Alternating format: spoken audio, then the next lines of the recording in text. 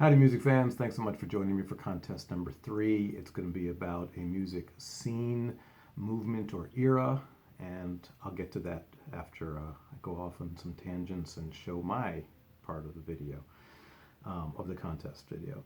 Um, yeah, I want to talk about the beauty and the sheer massiveness of music, the enormity of it, the infiniteness of it, which blows my mind. It's like the human mind can't really comprehend time and space, the infiniteness of time and space, and at least mine can't. And that's how I feel about music. Is I just can't. It blows my mind that we like so many artists. I mean, we all have hundreds or thousands of records and CDs and cassettes and whatever, and in those are contained many, many, many artists.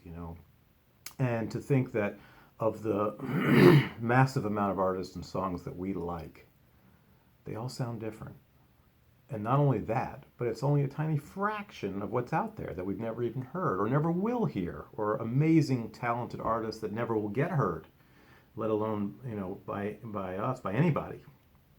Um, it blows my mind that we all have the same chords, we all have the same vocabulary words, we all have, well, some people have a better vocabulary selection, but you know what I mean. We all have the same well to draw from. It blows my mind that we all have a different physical voice in our bodies, coming out of our bodies, but we all have the same stuff. For the most part, this is bass, drums, guitar, and sometimes some piano, and of course there's lots of other things to go with it, but out of that little combo there, the human mind has managed to come up with so many different things. And not only just amongst all these different artists, but within one artist. If you look at someone like AC/DC, who people say is kind of a one-trick pony, yeah, but everything sounds good and it all sounds kind of different, even though it all sounds kind of the same.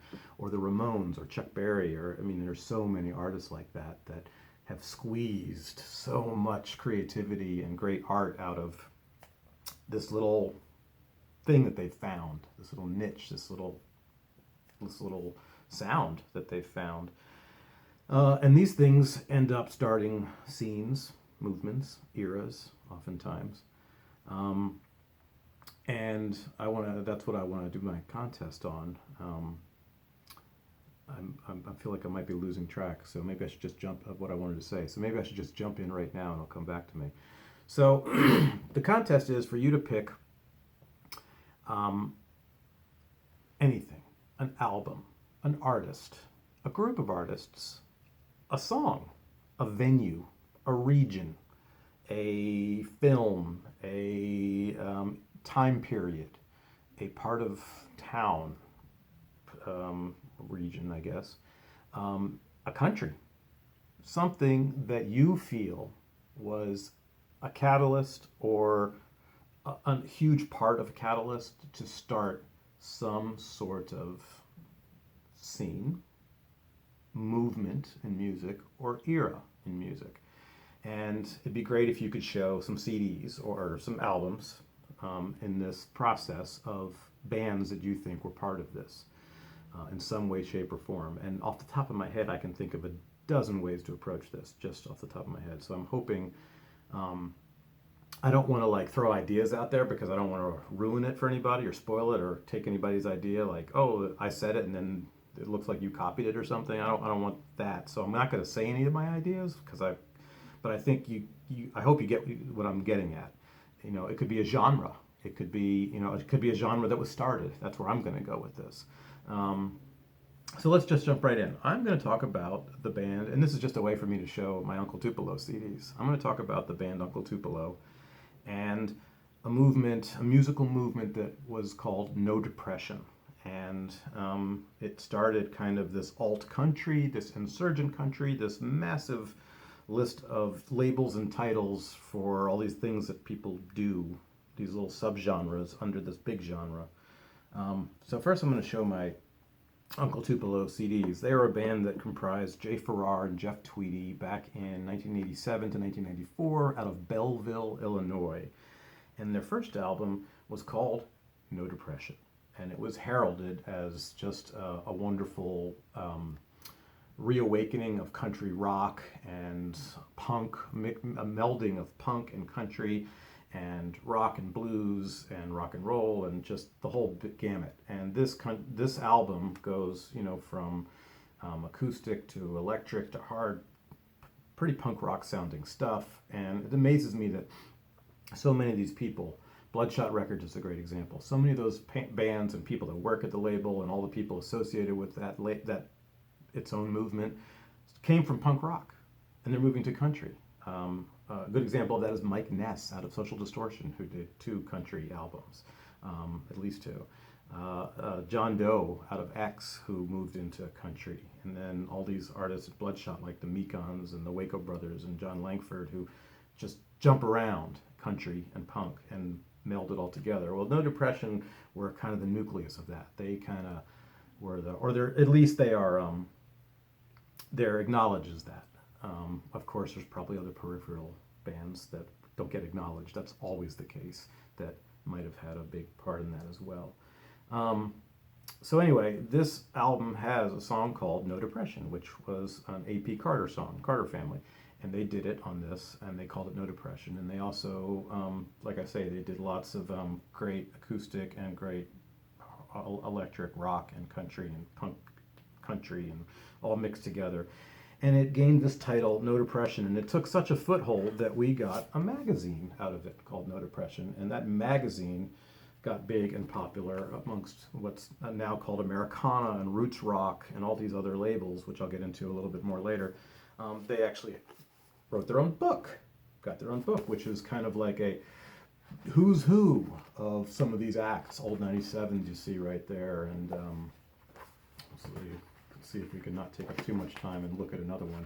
Of course, Wilco, we'll get to them in a minute because they're important in this as well. Joe Henry, I just saw. Palace, I've never even heard of. Richard Buckner. This is just basically a little kind of encyclopedia of biographies of bands that No Depression feel are important and part of this movement of music. Okay, next they did stuff. This is my deluxe version of No Depression. I had to get it because it was inexpensive, and it has other bonus tracks that aren't on this remaster with other bonus tracks and reissue. Then they did an album called Still Feel Gone. Again, they're kind of still ramping it up with the mix of punk and country. And this one's a lot harder, I'd say, than that other one, but it definitely has some songs that are also acoustic, like If That's All Right and Watch Me Fall and Still Be Around has some beautiful, beautiful lyrics by Jay Farrar, incredible singer. And Jeff Tweedy, as you all know probably better than Jay Farrar, also a great singer in his own right, or a great voice in this music. And then we got Uncle Tupelo, March 16th to the 20th, 1992. And this is all acoustic. This is the third album where they do some covers and they do lots of originals. And it's fantastic. There's also been a magazine or a fanzine called Grindstone, and that's their first title track not title track, but the first song on this album. That was, so this album was, again, it's now they move all the way to acoustic, but they're still mixing that energy of punk rock. And they're furthering that No Depression sound, and it's more country. And then they do their last album, sadly, and it's called Anodyne, which is maybe their most accessible one. It's got Acuff Rose, which is a tribute to Acuff Rose, and Slate, and the long cut is fantastic, and Give Back the Key to My Heart, which is a cover, and I forget who wrote it, but he's on here. It might be Richard Buckner, actually, or it might be Butch Hancock. I think it's Butch Hancock. Chickamauga's on here, New Madrid, Anodyne, We've Been Had, 15 Keys, High Water, No Sense in Lovin', Steal the Crumbs. They really, really hit their stride here. Sadly, this was their last album. Jay Farrar and Jeff Tweedy couldn't see eye to eye and went different directions, as you may already know, because then what did they do? Well, Jay Farrar started Sunvault. And this is the album Trace, his first album, and I got into this band at first, and then I kind of got bored of them, but I recently picked this up again and really enjoyed it, and I might start picking their albums up. They're the ones of the two bands that formed out of Uncle Tupelo. Sunvault's the one that stayed a little more true to Uncle Tupelo's sound. Wilco is the other one. Jeff Tweedy's, and they did it first with their first album, AM, which is a pretty raw recording, and it's a great recording. I love Casino Queen and Pick Up the Change and On the Passenger Side, and I mean it's a great album altogether. I think a lot of Wilco fans, I don't think, herald this very much, but I think it's a great album because it stays true to that sound. It's country, rock, acoustic, alt rock, you know. Then they get into this one called Wilco, called Being There, and I don't know if it's named after the Peter Sellers movie or not, but it is a fantastic album of, you know, it's their Exile on Main Street, in my opinion, and many people thought the same thing when it came out. It's just got lots of great roots rock and acoustic and no depression sounding stuff. Then they kind of went off on different path, and they definitely have become massive, as you may well know. But the sheer enormity of all of this music and the beauty of all of this just leaves my gassed flabbered. I tell you, I don't know what to make of it. I find it amazing that all these artists sound so different, and they're all using the same tools. That blows my mind. So this no depression scene blossomed into so many other things, and this leads me to my last exhibit in this argument. Is a book by a guy named Dave Goodman. It's called Modern Twang, an alternative country music guide and directory. I met Dave Goodman at, I believe, Twangburgh, which I did a video of a long time ago, or several months back. I'll post it in my feed here, or in my description, a link to it. And he was compiling at the time this book, when I met him, of, maybe he actually already had it, and he was working on the second edition already, of all of these terms, and he calls it modern twang. There's another term, and this book is. Let me show you how this book is divided. I'm not gonna show it. I'm gonna read it. How this book is divided up. It's amazing. It's terms. There's a couple of pages on terms, and then a select list of alternative country articles, alt country articles, abbreviations, record industry, and then a massive amount of artists he goes through. It's like an encyclopedia. And then web pages. This came out in '98, so the internet was just starting to grow and exist.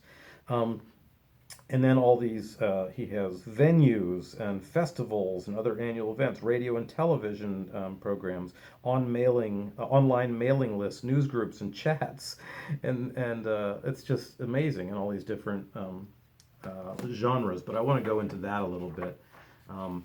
This all spawned so much stuff. And who knows? Maybe this is where we got all these crazy titles from. This no depression explosion.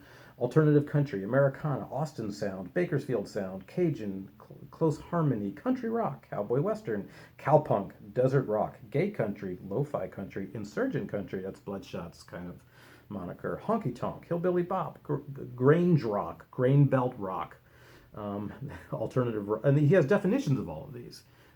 Gothic country, Lubbock Mafia, new old time, newgrass, no depression, okra, outlaw, roots rock, rockabilly, rig rock, redneck underground, punk grass, psychobilly, progressive bluegrass, singer-songwriter, Tex-Mex conjunto, Tobacco Row, town south of Bakersfield, Twang Trust, that's a Steve Earle thing, white trash parody. So he has I read them all, but they all have a little definition on them. And this is just an amazing resource book. You can find this version of it for under $10 easily on Amazon or online if you want to support Amazon. But all of these great resources, and then like this is books and web pages and publications, but then it goes into all of these artists, and it tells a little brief history of them. It's literally an encyclopedia, and it has big names in there. Johnny Cash is in there. They're important in this movement as well because they're like kind of the before the nucleus, or they're the nucleus of it. And then all these acts I've never even heard of. I want to go on YouTube and check them out now. I've had this book for years, but my exploration has taken other forms. Anyway, this is a fantastic resource. Miles of Music is back here. They are a mail-in catalog I used to order CDs from all the time, back before you could really hear them first. I would just read their descriptions and hope and order stuff. And then there's all these radio stations that are friendly to this kind of music and play this kind of music. It's incredible. And then there's a state by state and city by city guide to venues. Sadly, I'm sure many of them are no longer in existence. Sadly, many of lots of the stuff in here is no longer in existence. The bands, he lists the albums of them and their web pages and stuff. But a lot of that stuff, of course, isn't around anymore. But a lot of it is, and a lot of it's grown into other stuff. So this is a wonderful resource to go back and check out some things you may have missed if you're interested in this kind of music. And last, I'm only going to mention his reissue of it, which is a different format. As you can see, that was bound like a homemade book, and this is like obviously pressed, a big publication. This one I didn't see much online, but he mentions me in this. That's why I wanted to show it, because he thanks me, because we hit it off and I shared with him some artists that weren't in that book and that should be, and he researched them and put them in here, and he put a thank you in here for me. So that's the only reason I wanted to show that. Anyway, hopefully this gives you the idea of what this contest is about. If you just pick an album, I mean, I'm not going to do it. I'm not going to say it. There's lots of albums that have started something big in music. There's lots of acts, bands that have started something big in music. There's lots of record labels that have started something big. There's lots of regions or areas where something blew up out of that became huge in our massive tapestry of diversity in music. So any of those things would be a great way to do this contest. I don't care how many things you show. You can show one album. I don't care. I just want to see what you think is a fantastic movement and how you or era or scene and how you think it got started. It could be a little scene. There's so many great little music scenes that have happened over the decades in our country or other countries. It could be anywhere in the world. I don't care. There's a great rockabilly scene in Scandinavia, Norway, Sweden, Finland, those areas. So whatever you want to do, and however you want to interpret the catalyst or something that was part of the catalyst that kind of helped this thing move, this scene, this genre, this region, this movement, this era, whatever. I don't care. Yeah, I hope you get it. I hope you participate. I think this could be a lot of fun. Please put your videos down, post your links down in my comments, and I'd love to see what you come up with. And yeah, I think that's it. Please subscribe, like, and comment. I'd love to hear your thoughts on my video, and I'd love to hear what you think of a scene, a genre, a movement in music. Thanks so much for watching. Have a good day.